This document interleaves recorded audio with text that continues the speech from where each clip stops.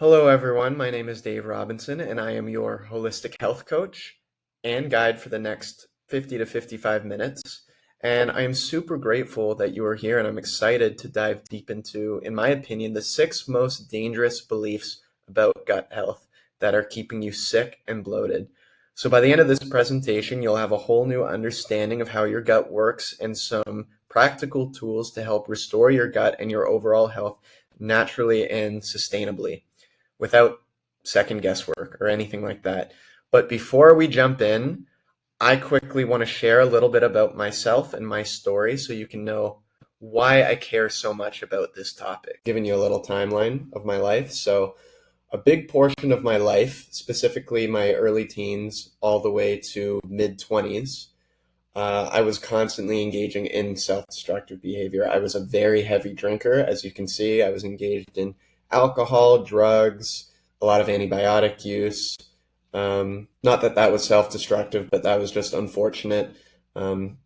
In my early 20s, I became a first responder. So, with that in and of itself, I was dealing with a lot of stress, not just from the occupational stress of the job, but also from working shift work. There was severe circadian disruption. If you don't know what that means, I'll get into that a little bit later. But basically, all of that for over 15 years eventually accumulated to a lot of health issues where I became this shell of a person. I was probably undiagnosed Crohn's disease, or at least on my way to developing that. I know I had SIBO, which is small intestinal bacteria overgrowth, a candida overgrowth, leaky gut. I was experiencing chronic fatigue, symptoms of fibromyalgia, insomnia, anxiety, panic attacks. It was horrible, and that lasted for several years. And this is what I looked like. This was the end result.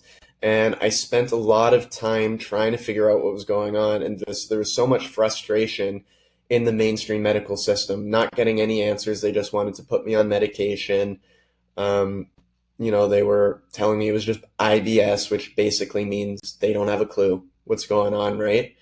Uh, and it was very debilitating. I had to go off work. I was put on disability. Um, that I really dove into the research. I was so determined to figure out what was going on so I could heal myself because I just intuitively know. I intuitively knew that we are meant to heal. So after years of research and self-experimentation and working with many great practitioners and mentors, I was eventually able to heal myself. It took a lot of work, but it paid off, and then transitioned into this in 2023, where I was able to overcome all of the gut issues, resolve the anxiety, panic attacks, all that stuff. And through that entire experience, this is what inspired me to transition into this career of becoming a holistic health coach to help many, many people that have been going through the same that I have, because I know how common it is, especially gut health. It is so common, and a lot of people aren't getting the help that they deserve. So that's a little bit about me. So let's transition here.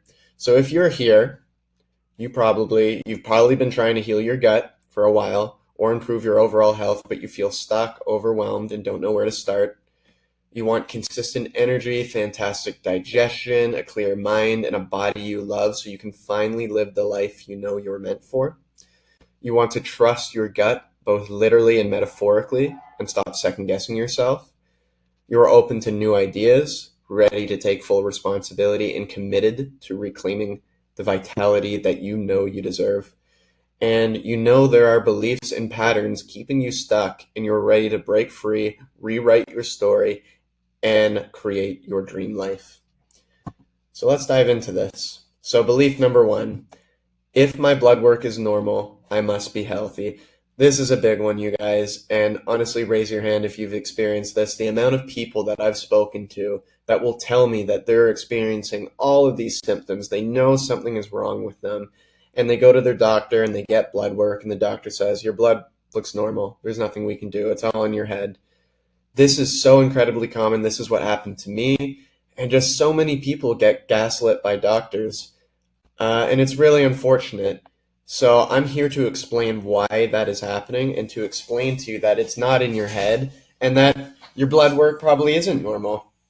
So the main reason why that is happening is because when you look at conventional blood ranges, it is based off of population averages. It is not a reflection of optimal health. And that's why I put this stat here that 6 in 10 Americans have at least one chronic disease and 4 in 10 have two or more. So that's 60% of the population has at least one chronic disease. So when you're averaging the entire population, that's going to leave you with very wide ranges. That is not reflection of optimal health, and that's why things can be off. Things can be in range, even though they're actually not. Normal does not equal optimal. And that's why when I'm working with clients, I have my own ranges that I go off of that were passed down to me through various mentors that are a reflection of optimal health taken from the literature, but also tons and tons of experience seeing thousands and thousands of clients. So as a result, they're much tighter ranges, allowing me and any other practitioner using this to spot things that would go unnoticed. So in this, I'm going to give you a brief introduction to blood chemistry so you can use this on yourself. Obviously, there's many markers for you to be looking at, but I'm just giving you 3 right here, which is a fantastic starting point. So you can start to be your own doctor and go to your labs, even though they're coming back as normal, and use these ranges and to determine what exactly is going on with you. So the first thing I will always look at is neutrophils. So this will come in a complete blood count. Hopefully you're getting the differentials and it's going to give you all of the different white blood cells here. So we got neutrophils, eosinophils, basophils, monocytes, and lymphocytes. But the first thing I'll always look at are neutrophils. So they are the most abundant white blood cell and they're frontline immune soldiers. So you can view them as first responders. So the optimal range you want to be looking at is between 2.8 to 4. So I'm going to give you some reasons as to why they could be low or they could be high. So when they're low, the most common thing is it's a result of chronic infection or inflammation. Now this is a result of something called chemotaxis. So when we have an infection, all of the white blood cells will recruit to the area of the infection. So on the blood, it might seem very low, even though they're actually not low, they're just at this site. So that's why that can happen. This can also happen if you have leaky gut. Kind of same concept, right? The small intestine is the immune hub. And if we have leaky gut, a lot of the neutrophils will be recruited there to deal with pathogens and antigens. So that can be a good sign of leaky gut as well if you have really low neutrophils. Autoimmunity as well, but some other reasons are it could actually be a production issue within the bone marrow. That's where neutrophils are produced. And that's going to be dependent on key nutrients such as B12, vitamin B12, folate, which is vitamin B9, vitamin A, glycine, vitamin B6, and some other nutrients, but those are the main ones. So that could be another reason. And then another reason for having low neutrophils could just be a genetic predisposition as well. However, the most common is going to be chronic infection, chronic inflammation, so something that's persisting over a long period of time. So on the contrary, having high neutrophils, which would be above 4, can mean acute infection. So if you have a virus or a cold or an injury, maybe you've just gotten a surgery done, or even if you've just done an intense workout, that could be reasons for your neutrophils being elevated, but also asthma as well if you have asthma and acute stress. So those are neutrophils. Again, really important to be looking at. That would be the first thing I would be looking at if you've been feeling unwell, you have gut issues or just overall health issues. That's really good for looking at your immune status and your inflammatory status. So next we have globulin. So globulin is a major blood protein, and there's different types of globulins. So there's carrier globulins, which are things that carry hormones and things like that. So sex hormone binding globulin, thyroid globulin. But the most abundant form of globulin are immunoglobulins, which are antibodies. So this has to do with our immune system. And there's different types of immunoglobulins. There's IgG, which is the most abundant immunoglobulin. That has to do with our adaptive immune system. We have IgA, which is more associated with mucosal barriers, so very correlated with leaky gut, things like that. IgM, IgE, and IgD. So typically when you're looking at globulin on a blood test and you see that it's off, it will most likely mean that it has to do with immunoglobulin. So this can also be a very good marker for determining immune status. So if you have globulin, so the optimal range here is 22 to 28 grams per liter, or 2.2 to 2.8 grams per deciliter. So if you see that it's low, that could mean immune deficiency. It could also be an indicator of leaky gut. If it's high, that can be an indicator of inflammation, of autoimmune activity, or of endotoxins that are being released from pathogenic bacteria. Endotoxins get released from things called lipopolysaccharides, which come from gram-negative bacteria, which is found in your gut. And if you have an overgrowth of that, you can have a huge burden of endotoxins, which cause a lot of issues.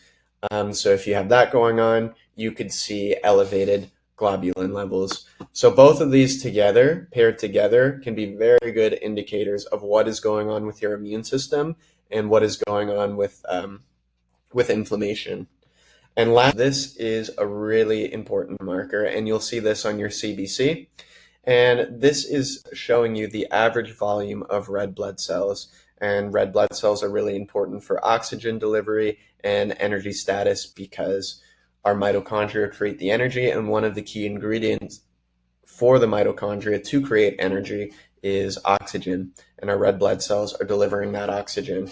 So the optimal range for MCV is between 84 and 89. So when you have a high volume of red blood cells, that is going to make MCV go up. And when you have a low volume, it's going to make MCV, the value, go down. So what affects the volume is the maturation of the red blood cells, which are being made in the bone marrow. So this is completely dependent on DNA synthesis, and the key ingredients for that are vitamin B12 and vitamin B9. So when you have a large volume, so when you have MCV that is high, so above 89, that means that you're having a large volume of red blood cells, which means they're coming out immature.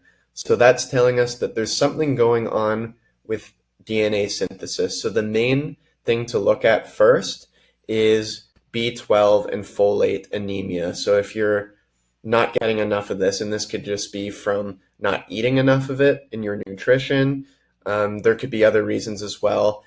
Talking about gut health, this could be a result of SIBO, for example, small intestinal bacteria overgrowth, which impairs your ability to absorb these nutrients from the diet.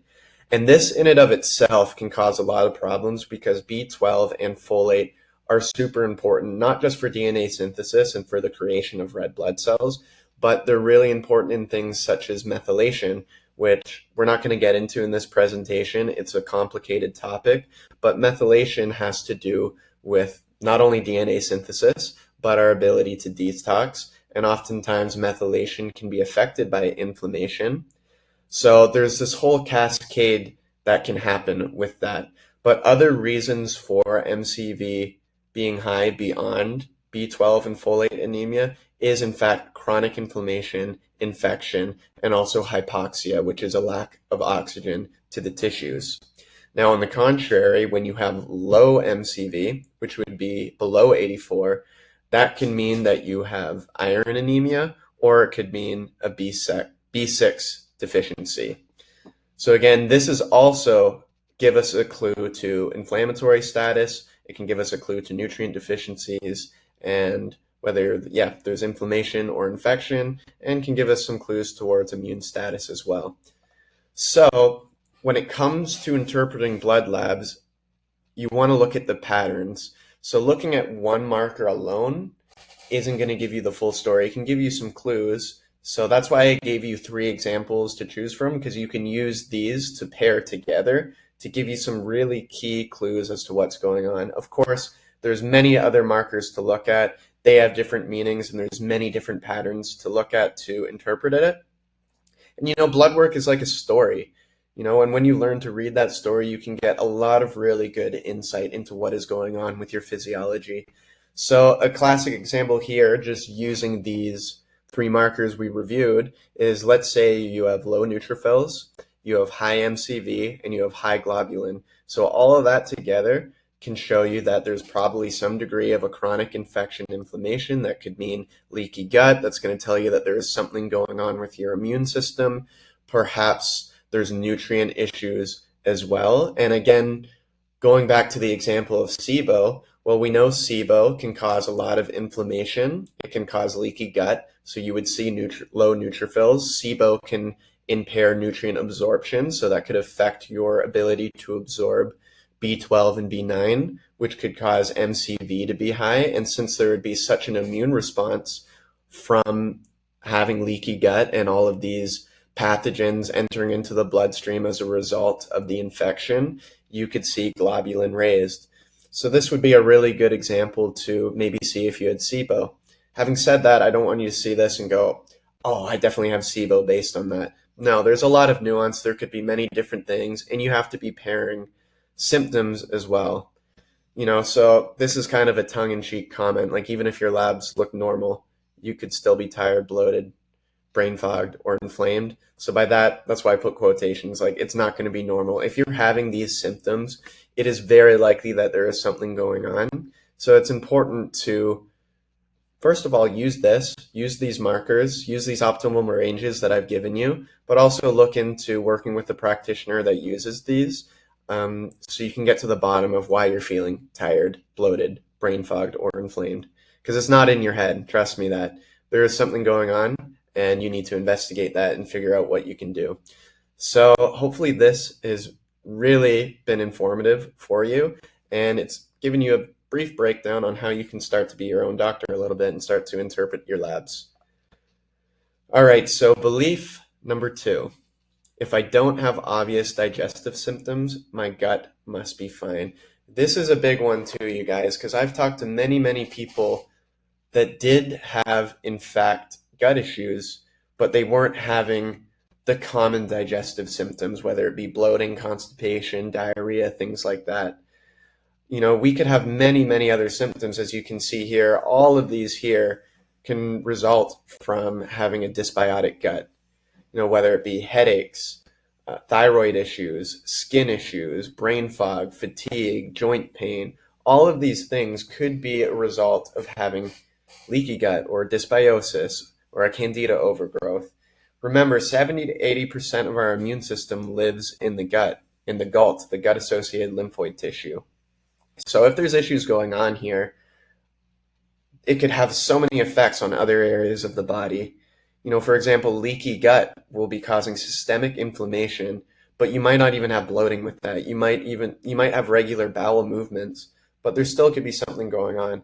And a good case example of this is I had a client, and when she came to me, she had been dealing with chronic fatigue. That was her main symptom of just really low energy levels, no matter how much sleep she got, really low energy levels, really low stamina. Some fibromyalgia as well, so joint pain, muscle pain, things like that. And when we first got to talking, there was nothing. She didn't bring up anything regarding her gut. She didn't bring up any bloating or anything like that. And upon further investigation, by really diving into symptoms, I'll send out a symptom questionnaire that will give a lot of different symptoms, and they'll be paired with different parts of the body. I saw that she checked a lot off that was associated with the small intestine, with the large intestine. Again, not directly related to digestion that you would think of, bloating and things like that. And then upon looking at her blood, and she got a stool test as well, we saw that she had a parasite. She had an overgrowth of gram-negative bacteria. There was a lot of dysbiosis going on, and the bloods was confirming that.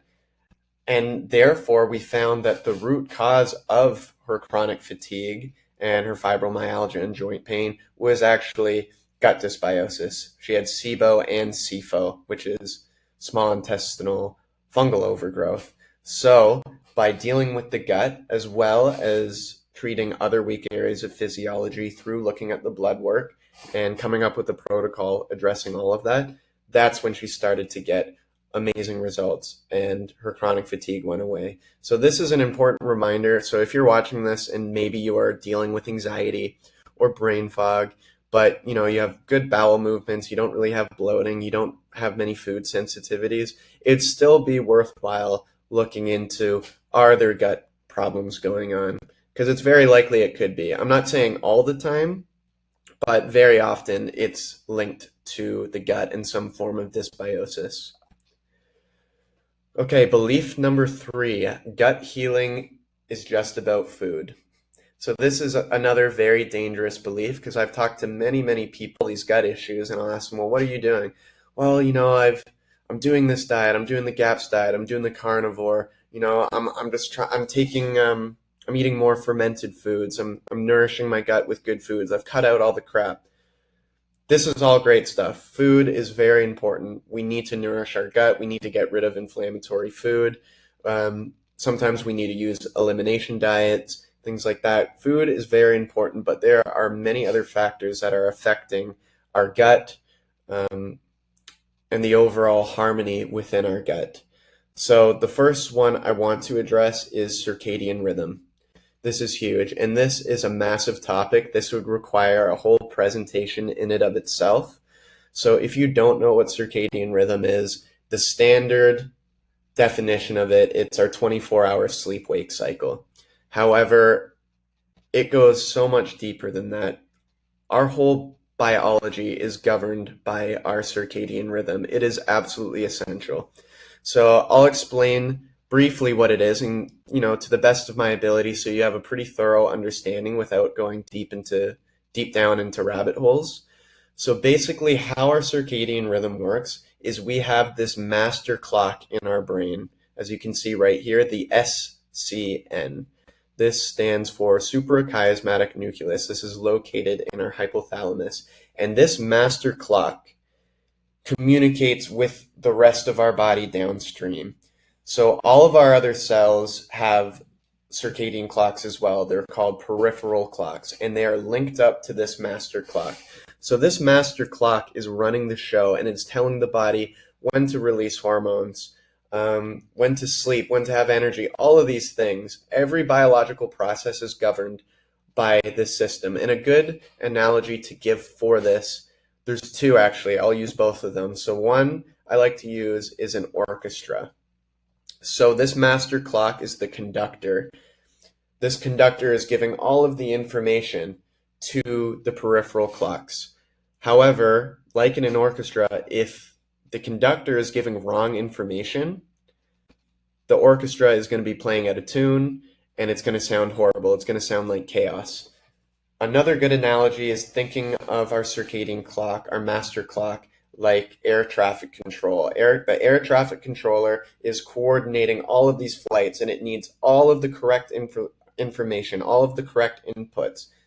And if one mistake is made, that can cause chaos, right? Just like that episode in Breaking Bad. There's going to be some cataclysmic event. So these are all really good examples for how our circadian rhythm is working within the body. This master clock is running the show, and it turns out that the main piece of information and energy and input that this clock needs is full spectrum sunlight. Full spectrum sunlight is giving this clock the information to give to the rest of the body. So, for example, speaking of our sleep-wake cycle, when we wake up in the morning, we need to have cortisol raised. We need to have stress hormones elevated. That is called a healthy stress response. So we wake up alert and energized. And in order for that to happen, this clock needs morning sunlight. The frequencies coming from the sun first thing in the morning, the wavelengths are blue. There's other wavelengths, but the main ones that we're paying attention to are blue, red, and infrared. And it is that natural blue light that is telling this clock, that is then communicating with the rest of the body, it's time to wake up. It's time to release stress hormones, cortisol, epinephrine, norepinephrine, dopamine, so we feel energized in the morning. And as we continue on with the day, we're getting other areas of sunlight, or sorry, other wavelengths of sunlight, which is again communicating with the clock to do other things. Another example is when we get a little bit later on in the day, we get exposed to UVA light. When we get that, the clock is receiving it and telling the body, okay, let's stop releasing stress hormones. Now it's time to start releasing sex steroid hormones. It's time to start producing serotonin, melatonin, dopamine. So this is just an example of how important it is to be outside in the sun, because this is what is regulating our circadian rhythm. So that is a brief explanation of it. So now how it relates to the gut is that our gut has peripheral circadian clocks that are synced up to this master clock. So they're communicating with each other. So as you can see in this paper here, this is a really good paper describing the feedback loop and how motility is directly connected to proper circadian function. How we digest food is directly connected to circadian function. So therefore, having this strong circadian rhythm is completely important for having a good digestive system and a healthy gut microbiome. And this study shows that poor circadian rhythms lead to a dysbiotic gut. So as I said, the main input is light, but another input is meal timing. And that's why it's very important to be eating meals at regular times, to not be snacking throughout the day. And I'm a huge proponent for having a big breakfast first thing in the morning, as that actually helps strengthen the circadian rhythm. Also, not eating late at night, because that can disrupt the circadian rhythm. So some simple tips to improve your circadian rhythm would be to set this gut clock and to regulate your hormones and digestion is to get outside first thing in the morning. When the sun is coming up, get outside, expose your eyes and your skin to that sun. That's going to be telling your master clock it's time to wake up. That's going to be communicating to the gut, like, okay, it's time to wake up. And that's why it's really important to have a big breakfast at that time too, because the whole body's waking up, the digestive enzymes are waking up, and then you're feeding it food. And that's just further amplifying the efficacy and the effectiveness of this circadian rhythm. So I could go a lot deeper into that, but this is the very basics, is you need to be considering your circadian rhythm. And I'll just add one more thing.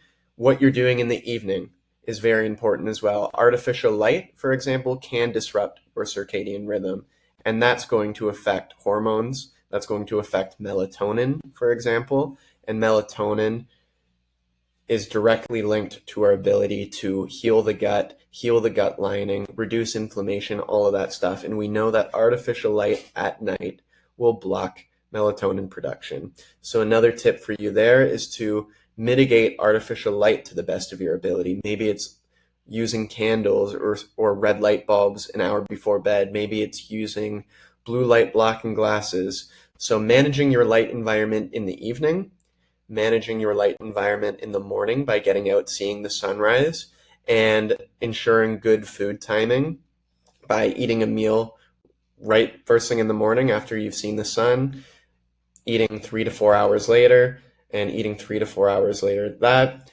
and not having dinner or snacking late in the evening. All of these things can help strengthen your circadian rhythm, which is going to help your gut.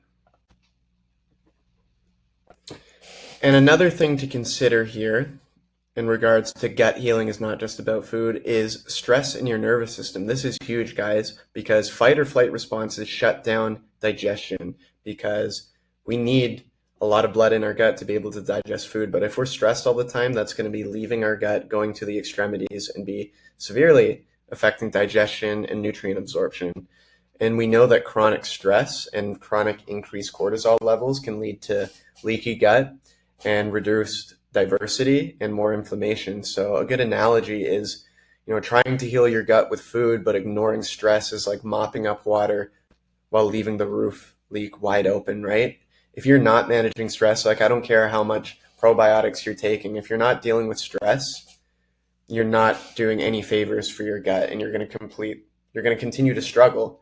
So a really good practical tip, there's many things you can do, but something that I like to implement to dealing with stress is doing some box breathing and some grounding. And you can do this right before meals because when you eat, you want to be in this parasympathetic state. That's why the parasympathetic nervous system is associated with rest and digest, whereas in contrary, the sympathetic nervous system is fight or flight. So by getting into the parasympathetic state, doing some box breathing, and for those of you that don't know what that is, that's nasal breathing, inhaling through your nose for 4 seconds, holding at the top for 4 seconds, exhaling through your nose for 4 seconds, holding at the bottom for 4 seconds, and then repeating that. And you could do several rounds of that while grounding outside, having your bare feet on the grass, because we know that doing that can reduce stress, that can shift you into that parasympathetic state.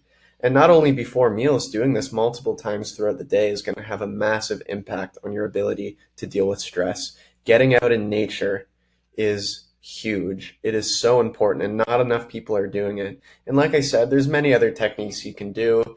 And dealing with stress, it can be a long-term thing. Like this can be a presentation in and of itself, but this is just a quick practical tip that you can use to help to mitigate your stress, to help to optimize digestion. So food matters, but gut healing also depends on circadian rhythm, nervous system, your ability to deal with stress, and several other things, but those would be the main ones. Okay, so belief number 4, I'm broken and I'll always feel this way. So this limiting thought keeps people stuck in a cycle of fear and symptoms. And this is huge, you guys. I've went through this too. Like I was sick for so long, and I went so long without getting results or making improvements that eventually I just developed this limiting belief of maybe I'm going to be like this forever. No one can fix me. And it's very easy to fall into that state. But you guys need to be aware of the mind-body connection. Your cells are listening to every thought you think. So if you're constantly repeating negative thoughts, you're sending stress to your body and you're actually worsening it. Your biology mirrors your psychology. And I know this is really difficult because gut health in and of itself can affect your mindset. It can affect your neurotransmitters and lead to feelings of negative emotions. It can affect neurotransmitters such as serotonin and dopamine that make us feel good. But it's really important to get out of that limiting belief because one, it's going to keep you stressed. And we already talked about that in the last slide, that stress is going to continue to impair gut, and then staying in that victim mindset is going to become a self-fulfilling prophecy. We are the creators of our reality. So if we keep telling ourselves, no one's going to be able to fix me, I'm just broken, you're setting yourself up for that future. Like words are very powerful. When we speak, we are speaking spells. So it's very important to reframe that. Reframe symptoms, for example, as signals, not life sentences. So if you're feeling, whether it's brain fog or bloating and all this horrible stuff, just know that your body is communicating with you, hey, we're out of balance. We need to change this. And I know that the journey towards making that change can be really tough, can be very disempowering, especially we went over the blood work. If you're being gaslit by doctors and you're just not getting the health you need, it's very easy to fall into that victim mindset and to just really succumb to these symptoms and to stay stuck. But I'm here to tell you, you're not broken. You're adaptive and you're resilient. Your body is working to protect you, and your body is here to heal. You just need to find out the right environment, both internally and externally. And hopefully with this presentation, you can get some tips to deal with the external factors. But hopefully with this belief, I'm here to tell you, if you are feeling that is a very dangerous belief, and you need to remind yourself you are the creator of your reality. And failure is impossible if you never quit. So if you're committed to healing and you really, really want to restore your gut and you're tired of dealing with these symptoms, you can do it. You are not broken. The belief that you are broken keeps you stuck, but the truth is your body is resilient, it's protective, and it's always working towards balance.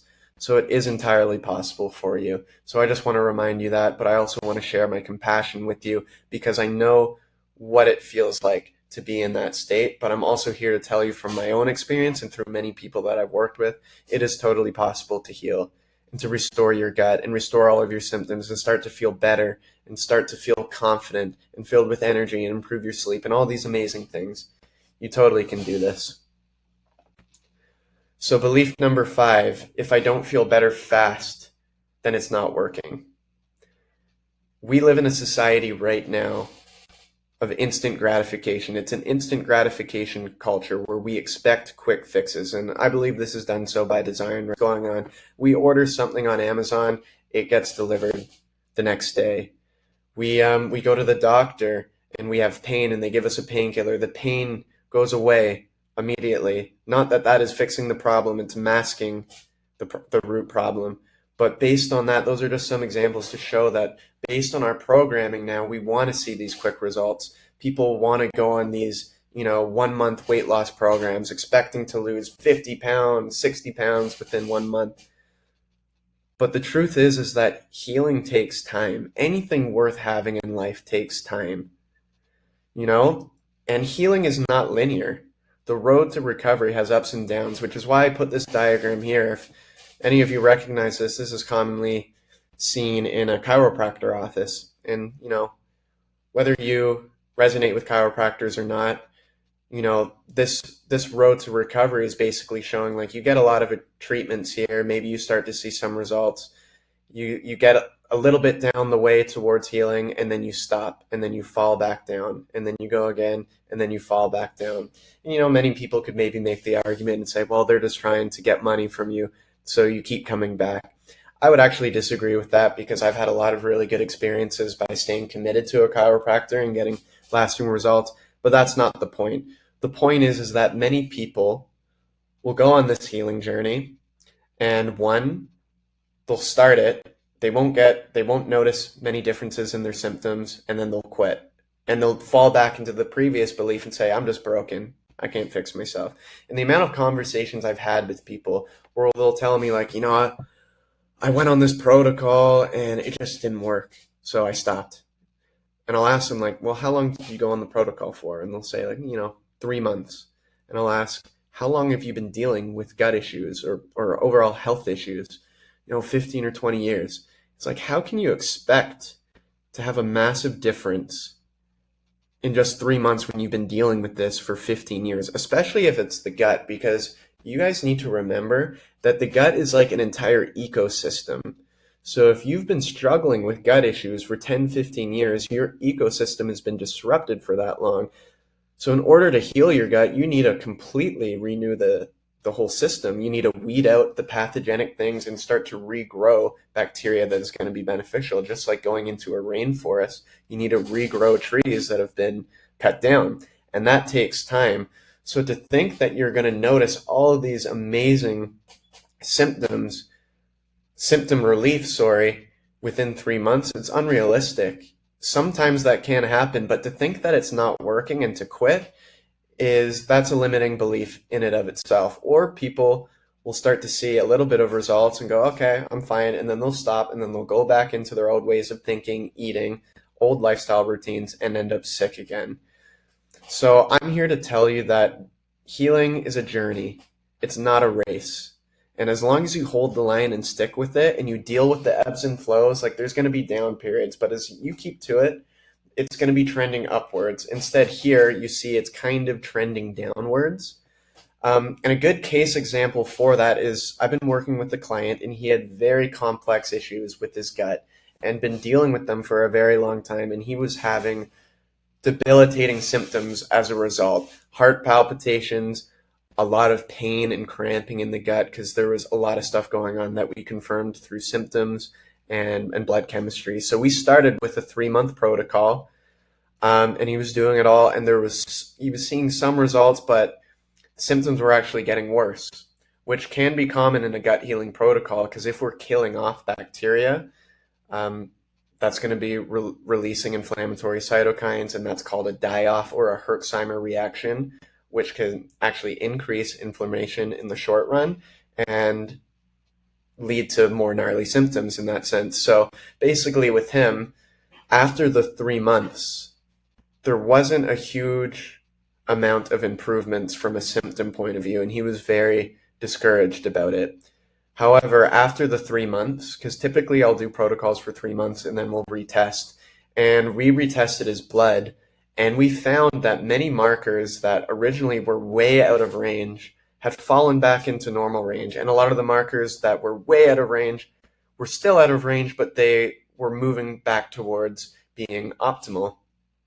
And that was a perfect example to show, like, hey, just because you're not seeing these immediate results from a symptom point of view doesn't mean it's not working. And many times you just need to be patient and you need to keep with it. Yes, there are times where you might be on the wrong protocol, and that's why it's always good to reevaluate and make necessary tweaks, whether it be with supplementation, herbs, or diets, or lifestyles. But there are many occasions when it actually is a good protocol, but you just need to be patient with it. And interestingly enough, as I said, he was very discouraged, but when he saw the objective data, his mood completely changed, and he messaged me 3 days later and was like, "Dude, my symptoms have gone down. The pain's gotten way less. I'm sleeping way better." So with that, I mean, you could call it a placebo. And it doesn't really matter because a placebo is very real because, as I said earlier, our thoughts are creating our reality. But this is a great example to show that just because you're not getting immediate results or you're not noticing huge difference in your symptoms does not mean it's not working. And many times you just need to stick with it and understand that if you've been dealing with gut issues or health issues for many, many years, it could take a while. It could take a while to heal, but I know that sounds discouraging, but it's really not. It took me around a year and a half to really get my gut issues um, sorted with.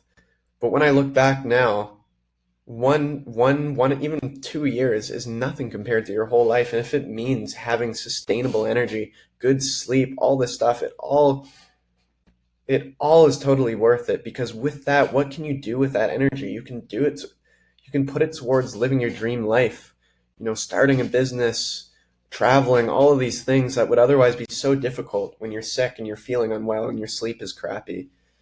So this is to motivate you guys that just because you're not feeling better fast, that doesn't mean it's not working. So to believe that is very dangerous, in my opinion. So finally, belief number 6, more restriction equals more healing. This is an incredibly important topic, you guys, because so many people, in an attempt to heal their guts, will go on these elimination diets, whether it be, carnivore or keto or whatever. And not that there's anything wrong with that. Elimination diets can be very important, and they are very important, especially if we're dealing with a lot of inflammation and there's a lot of food sensitivities.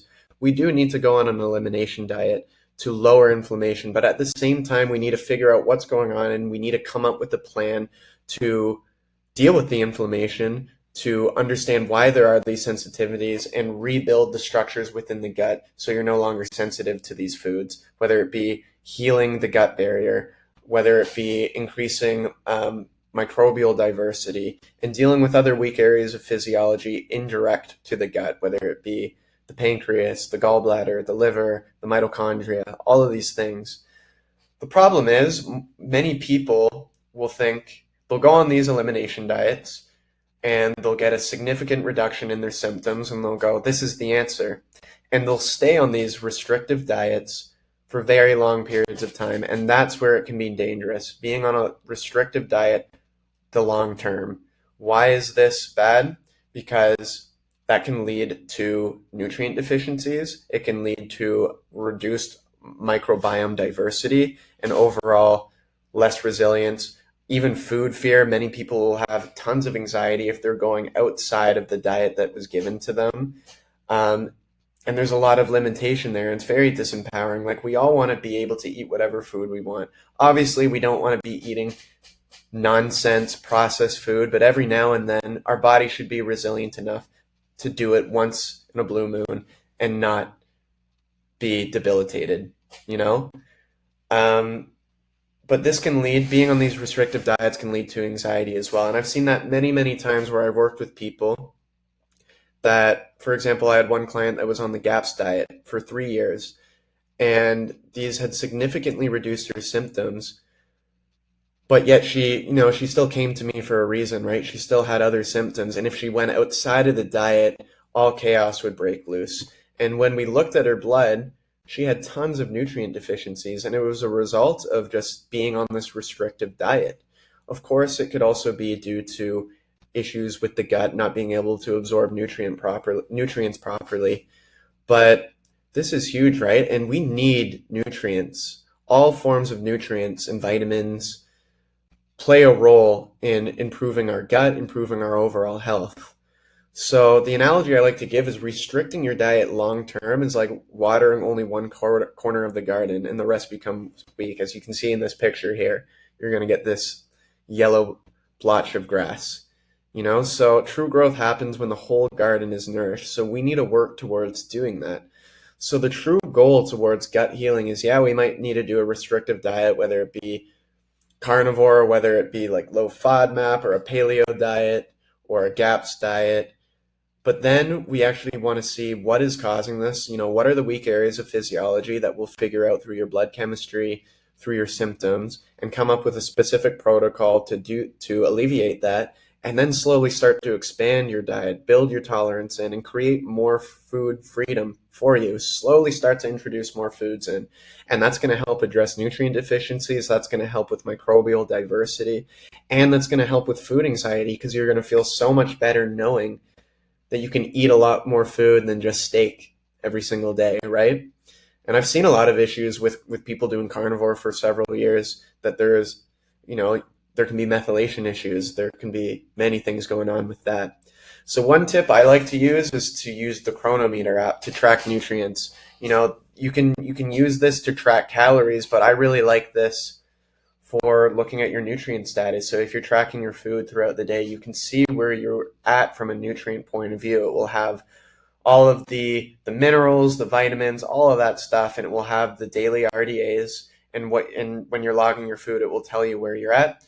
And you can even use this doing, even if you're on a restrictive elimination diet, you can see, okay, what areas can I improve on? So maybe I'm getting really low B1, and that app will show you what are some foods really high in B1. You can determine, can I include those foods in my diet? Do I have reactions to it? If you're fine with it, then I would add it in. If you are getting a lot of nutrient deficiencies based on you just can't handle those foods, that's when you can be looking at temporary supplementation to ensure you're getting adequate nutrients until you're able to introduce more foods that are rich in those nutrients. So using Chronometer is a very important tool when it comes to not succumbing to nutrient deficiencies, which is going to help in the long run heal the gut. But the main takeaway here is healing is not about eating less variety. It's about retraining your gut to enjoy more over time. And like I said, it will take time, but it's not about being on these elimination diets indefinitely. Just to end on this note, there's a famous carnivore person, not going to name names, but just posted that he cheated on his carnivore diet and had a salad, and he was left with constipation. That's not a sign of health. That's a sign that there's something going on with the gut. There should be no reason why you can't be absorbing those nutrients and reacting to it. So from my point of view, we would need to investigate that, determine why that is the case, deal with that so that we can bring in those foods accordingly. Okay, guys, so that is everything as far as the 6 most dangerous beliefs. I hope that resonated with you and that you can start to use some of those practical tips for your gut healing journey or for your overall health journey. So the main takeaway from this is your body's not broken. It's waiting for you to create the right environment to heal. And part of creating that is understanding, do you have those beliefs and what can you do to change them? So when it comes with me working with people, I like to compartmentalize it into 3 groups here. So reset, rewire, and rise. So within the reset, it's about resetting the body. So reviewing your labs, reviewing your blood work, seeing what personalized protocols we can make based of that, minding your light exposure, your meal timing, optimizing your circadian rhythm, being adamant about hydration and sleep, all that stuff. And then it comes to rewiring your mind, dealing with your mindset. Do you have limiting beliefs when it comes to healing? How is your nervous system? Do we need to rewire your nervous system? Even trauma too, doing different techniques when it comes to releasing trauma, because that's going to increase stress. And finally, the rise. Part of that is reintroducing foods gradually so you can get back to living life normally, but building long-term strength and resilience so that you can start living with purpose. So, if you haven't already booked a call with me, I would be honored for you to do so. This is exactly how I help people. As you can see, I'm very passionate about this stuff. And when we work together, we map out a plan together and we go through a lot of these beliefs.